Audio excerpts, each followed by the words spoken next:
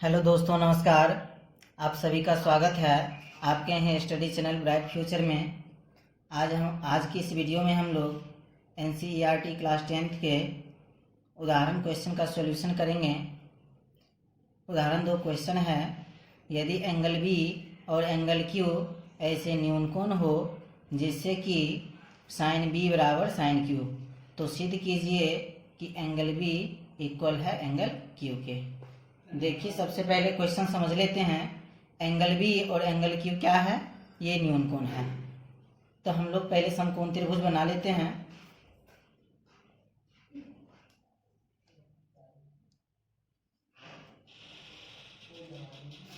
इसका नामकरण कर देते हैं। बी और क्यू जो है ये न्यूनकोण है, तो न्यूनकोण की जगह हम लोग बी और क्यू बैठाएंगे।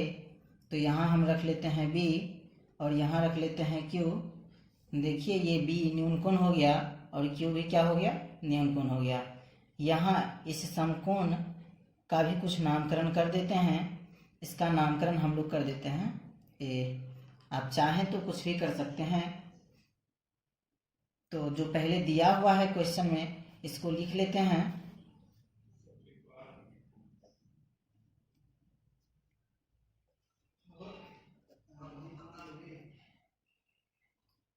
दिया हुआ है साइन बी बराबर है साइन क्यू के। तो दोस्तों, इससे पहले की वीडियो में हम बता चुके हैं पार्ट 1 और पार्ट 2 में कि ये साइन जो है ये त्रिकोणमितीय अनुपात है और बी क्या है? न्यूनकोण है। और क्वेश्चन में भी दे रखा है बी और क्यू जो है ये न्यूनकोण है। तो इस क्वेश्चन को बढ़िया से समझने के लिए पार्ट 1 और पार्ट 2 जरूर देखें, ताकि इस क्वेश्चन को समझने में आपको कोई परेशानी ना हो। तो साइन जो है ये किसका किसका अनुपात है? तो लंब और कर्ण का है। साइन किसका किसका अनुपात है? तो लंब और कर्ण का। तो बी के लिए लंब क्या होगा? तो लंब में हम बताए थे सम्मुख भुजा जो होता है वो लंब होता है। तो बी के लिए लंब क्या होगा? ए क्यू। और कर्ण क्या होगा? कर्ण सबसे बड़ा भुजा होता है, तो कर्ण हो गया आपका बी क्यू। यहाँ बराबर है तो बराबर लिख देते हैं। फिर साइन जो है वो ये तो लंब और कर्ण का ही अनुपात होता है। तो क्यू के लिए लंब कौन हो जाएगा? क्यू के लिए लंब हो जाएगा सम्मुख भुजा आइए क्यू का, देखिए तो ए बी हो जाएगा। और कर्ण क्या होगा? B Q. कर्ण कभी बदलता है नहीं है, तो कर्ण की जगह हम लिख देते हैं बी क्यू। अब दोस्तों, इसको सॉल्यूशन कीजिएगा तो आ जाएगा आपका ए क्यू बराबर ए बी। तो ए क्यू हम ढूंढते हैं त्रिभुज में कहाँ है, तो ए क्यू ये हो गया, यानी ए क्यू ये हो गया आपका। और ए बी कहाँ है? ए बी ये हो गया। अर्थात ये और ये दोनों भुजा आपस में क्या है? बराबर हैं। अच्छा, एक ही त्रिभुज की यदि दो भुजा बराबर हो तो वो कौन सा त्रिभुज होगा? समद्विबाहु। समकोण त्रिभुज तो है ही, और साथ ये समद्विबाहु त्रिभुज भी है। तो आप लोग 9th में एक प्रमेय पढ़े होंगे, प्रमेय 7.2। यदि नहीं पढ़े हैं तो उस प्रमेय को जाके फिर से एक बार देख लें, ताकि आपको समझने में कोई परेशानी ना हो। तो ए क्यू किसके बराबर है? ए बी के बराबर आ गया। और आप लोग जानते होंगे कि समद्विबाहु त्रिभुज में बराबर भुजा के सम्मुख कोण आपस में क्या होते हैं? बराबर होते हैं। तो ए क्यू का सम्मुख कोण कौन सा होगा? देखिए तो ए क्यू ये भुजा हो गया, और इसका सम्मुख कौन सा कोण होगा? Angle B. अब चलते हैं ए बी ये भुजा हो गया, और इस भुजा का सम्मुख कोण देखिए तो क्या है? Angle Q. कारण दे देते हैं।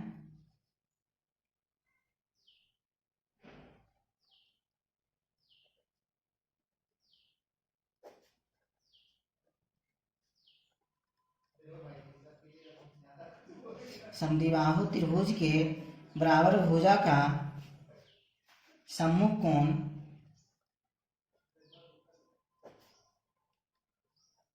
आपस में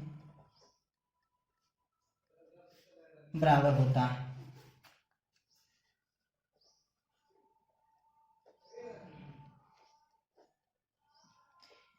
इसको समझने के लिए एक बार और देख लीजिए। हमको प्रश्न में दिया हुआ था साइन बी बराबर साइन क्यू। तो साइन जो है ये लंब और कर्ण का अनुपात है, तो बी के लिए लंब क्या हो गया, बी के लिए लंब हो गया ए क्यू, और कर्ण क्या हो गया बी क्यू। तो हम लिख दिए हैं ए क्यू बट्टा बी क्यू, बराबर है तो बराबर। फिर साइन जो है ये लंब और कर्ण का ही अनुपात होता है, तो क्यू के लिए लंब क्या हो गया ए बी, और कर्ण क्या हो गया बी क्यू।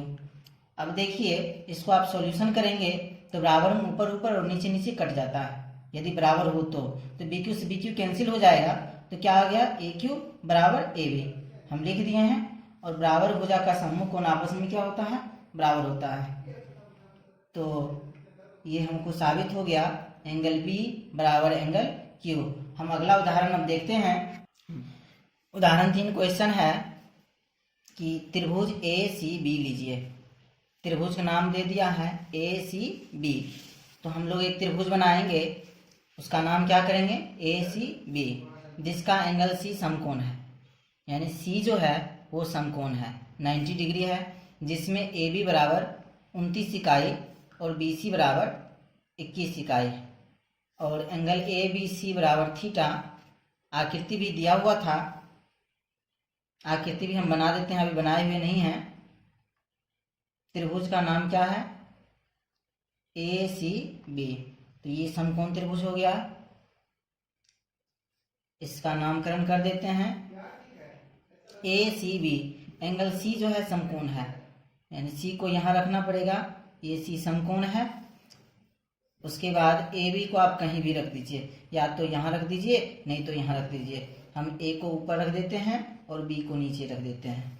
अब देखिए ए बी बराबर 29 इकाई, तो इसको भी हम लिख देते हैं, और बी सी बराबर बी सी ये रहा, ये 21 इकाई है। तो समकोण त्रिभुज में यदि दो भुजा मालूम हो तो तीसरी भुजा निकालना बहुत ही आसान है। तो सॉल्यूशन करने से पहले जो जो दिया हुआ है इसको हम लोग लिख लेते हैं। यहाँ त्रिभुज ए सी बी में, त्रिभुज ए सी बी में दिया हुआ है ए बी बराबर कितना दिया हुआ है 29 इकाई, और उसके बाद बी सी बराबर दिया हुआ है 21 इकाई। तो दो भुजा मालूम है, तो तीसरी भुजा निकालने के लिए हम लोग क्या करेंगे पाइथागोरस प्रमेय का यूज करेंगे। तो पाइथागोरस प्रमेय से, पाइथागोरस प्रमेय से, तो पाइथागोरस प्रमेय से। अब दोस्तों एक बार और हम क्वेश्चन की तरफ चलते हैं। क्वेश्चन में था त्रिभुज ए सी बी लीजिए। तो हम त्रिभुज बनाए और उसका नामकरण कर दिए हैं ए सी बी, जिसका सी समकोण है, तो समकोण की जगह हम क्या रख दिए हैं सी।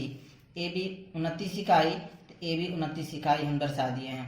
बी सी 21 इकाई, तो बी सी 21 इकाई दर्शा दिए हैं। और एंगल ए बी सी बराबर थीटा दिया हुआ है, बीच में क्या है बी, यही आपको इसका नाम दिया हुआ है क्या, इस कोण का नाम है थीटा।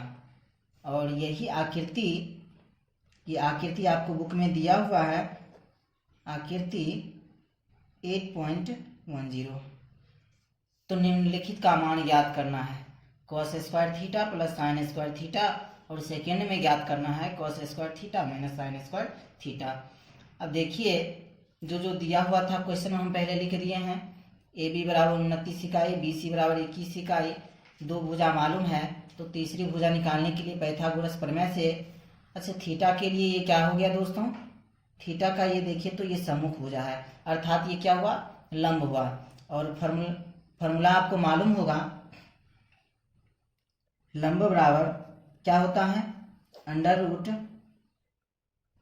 कर्ण स्क्वायर माइनस आधार square.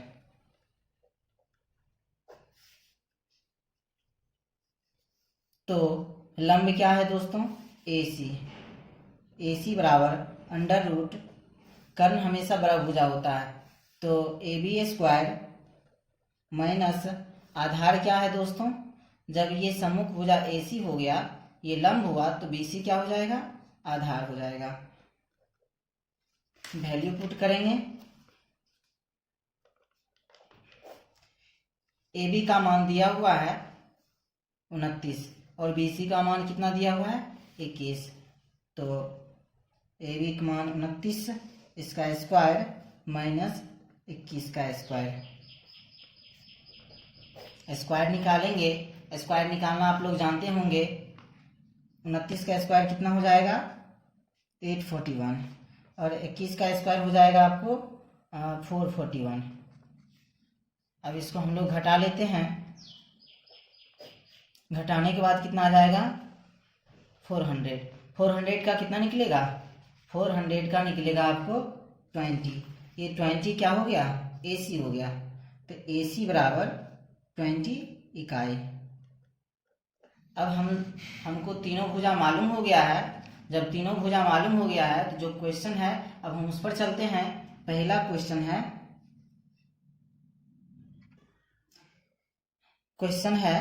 cos square theta plus sine square theta. तो देखिए दोस्तों, ये जो है आपका ये थीटा है। तीनों भुजा हमको मालूम चल गया है। तो कॉस जो है ये किसका किसका अनुपात है तो कॉस आधार और कर्ण का अनुपात है। तो ये थीटा के लिए आधार क्या हो जाएगा, थीटा के लिए आधार हो जाएगा आपको 21। तो 21 का स्क्वायर 21 बट्टा और कर्ण कहाँ है, कर्ण हो गया आपको 29। अब ये 21 बट्टा 29 कैसे आया, तो कॉस जो है ये आधार और कर्ण का अनुपात है। तो थीटा के लिए आधार हो गया आपको 21 और कर्ण कितना हो गया 29।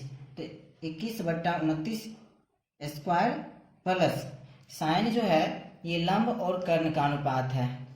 साइन किसका किसका अनुपात है, तो लंब और कर्ण का। तो थीटा के लिए लंब क्या हो जाएगा 20 और कर्ण क्या हो जाएगा 29।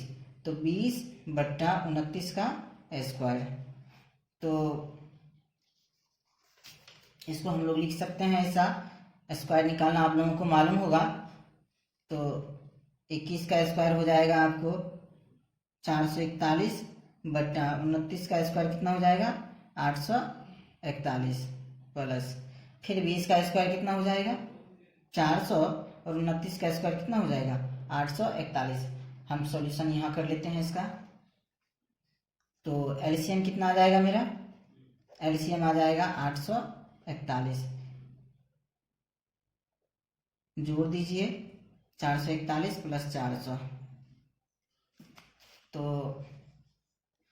ये दोनों को जोड़ेंगे तो आ जाएगा आपको 841 बट्टा 841 यानी सेम है, कैंसिल हो गया। कितना आया 1। इसका मान आ गया कितना 1। तो लिख देते हैं कॉस स्क्वायर, इसलिए cos square theta plus sine square theta बराबर कितना हो गया 1। अब सेकेंड क्वेश्चन है, सेकेंड क्वेश्चन भी देख लेते हैं हम लोग। तो कॉस थीटा किसका किसका अनुपात है, आधार और कर्ण का। तो थीटा के लिए आधार क्या हो जाएगा 21 और कर्ण क्या हो जाएगा 29। इसका स्क्वायर माइनस साइन थीटा, ये साइन किसका किसका अनुपात है, तो लंब और कर्ण का है। तो थीटा के लिए लंब क्या हो जाएगा 20 और कर्ण क्या हो जाएगा 29। इसका स्क्वायर। तो 21 का स्क्वायर आपको हो जाएगा 441 बट्टा 29 का स्क्वायर 841 माइनस 20 के स्क्वायर 400 29 का स्क्वायर कितना हो जाएगा 841। फिर एलसीएम लेंगे तो 841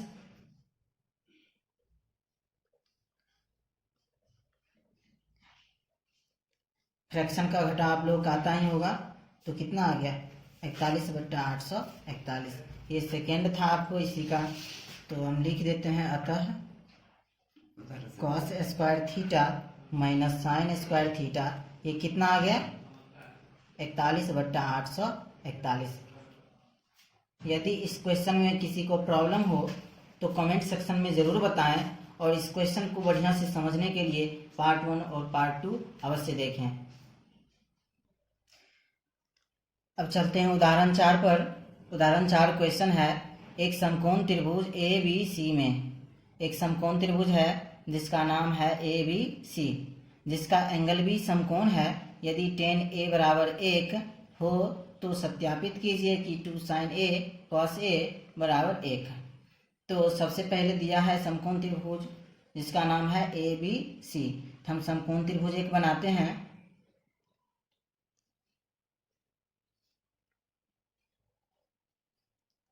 ये हो गया समकोण त्रिभुज। ये कोण कितना डिग्री है? 90 डिग्री, यानी ये समकोण है। अच्छा, समकोण इसका नाम क्या दिया गया है? Angle B. तो यहाँ हम रख देते हैं बी को, क्योंकि बी समकोण है।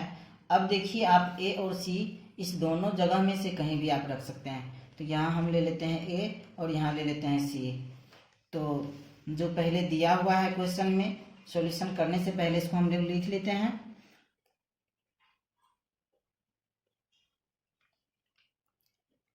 यहाँ tan A बराबर दिया हुआ है कितना? 1 दिया हुआ है। दोस्तों, हम बताए थे कि ये tan जो है किसका किसका अनुपात है? तो ये लंब और आधार का अनुपात है। tan लंब और आधार का अनुपात है। तो A के लिए लंब क्या हो जाएगा? सम्मुख भुजा देखिए तो BC। A के लिए यहाँ A रहेगा तो A के लिए देखेंगे और B रहेगा तो B के लिए देखेंगे। तो A है तो A के लिए लंब क्या हो जाएगा? BC। और आधार क्या हो जाएगा? AB। लंब और आधार का कॉन्सेप्ट समझने के लिए पार्ट 1 और पार्ट 2 अवश्य देखें। तो अच्छा, यही tan A कितना दिया हुआ है? 1। इसको ऐसा भी हम लिख सकते हैं, 1 नीचे में भी 1 लिख सकते हैं। तो इसलिए BC बराबर क्या हो जाएगा? 1K। अच्छा, यहाँ अनुपात में दिया हुआ है तो अनुपातिक राशि कुछ ना कुछ मानना पड़ेगा। तो जिसके लिए हम लोग क्या लिए हैं? K लिए हैं। तो एक ऐसे ही अंडरस्टूड रहता है, तो इसको आप लोग K लिख सकते हैं सीधा। उसी प्रकार AB बराबर क्या हो जाएगा? K हो जाएगा। देखिए, यहाँ भी हम दर्शा देते हैं। ये BC कितना हो गया? K। और AB भी कितना हो गया? K। अब देखिए, यहाँ समकोण त्रिभुज में 2 भुजा आपको मालूम चल गया है। BC कितना है? K। AB कितना है? K। तो तीसरा भुजा मालूम करना है, तो पाइथागोरस प्रमेय से, पाइथागोरस प्रमेय से, पाइथागोरस प्रमेय से तीसरा भुजा आप लोग आसानी से निकाल सकते हैं। अच्छी, ये तीसरा भुजा ये क्या बचा? क्या है? कर्ण है। तो कर्ण बराबर फॉर्मूला क्या होता है? अंडर रूट लंब स्क्वायर प्लस आधार स्क्वायर। इस कर्ण का नामकरण कर देते हैं, या सबका नाम पहले लिख देते हैं। कर्ण क्या है आपका? AC। हम लोग अभी A के लिए चल रहे हैं, AC। अच्छा, A के लिए लंब क्या है? A के लिए लंब है आपका BC। तो BC का स्क्वायर प्लस A के लिए आधार क्या है? AB। तो AB का स्क्वायर। अब इसी का हम पहले जो जो दिया हुआ है मान पुट कर देंगे। BC आपको मालूम है, देखिए BC ये रहा, कितना है ये? K square plus AB। देखिए AB भी यहाँ हम दर्शाए हुए हैं, कितना है? K। तो स्क्वायर है तो स्क्वायर भी लगा दिए हैं।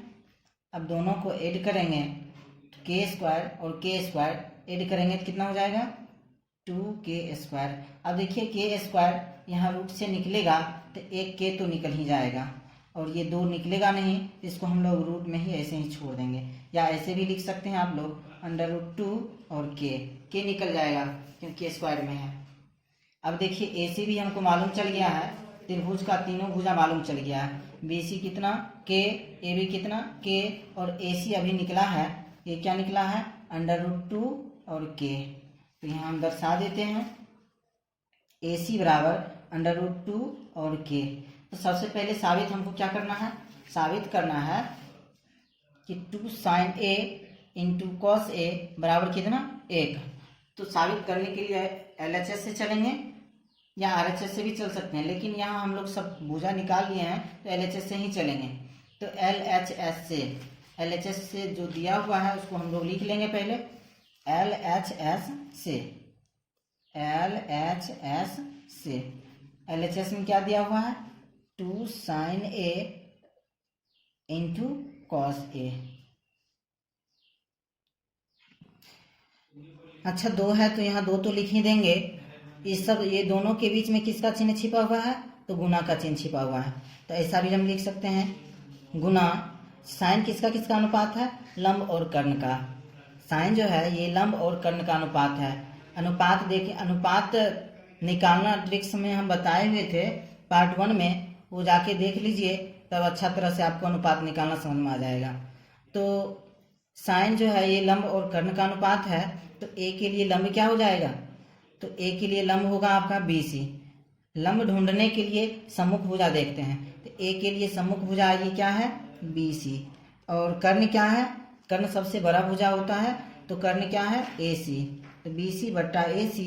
फिर ये दोनों के बीच में किसका चिन्ह है गुना का चिन्ह है। अच्छा ये कोस किसका किसका अनुपात है कॉस आधार और कर्ण का अनुपात है, तो ए है तो यहाँ ए के लिए देखेंगे, ए के लिए आधार क्या हो जाएगा।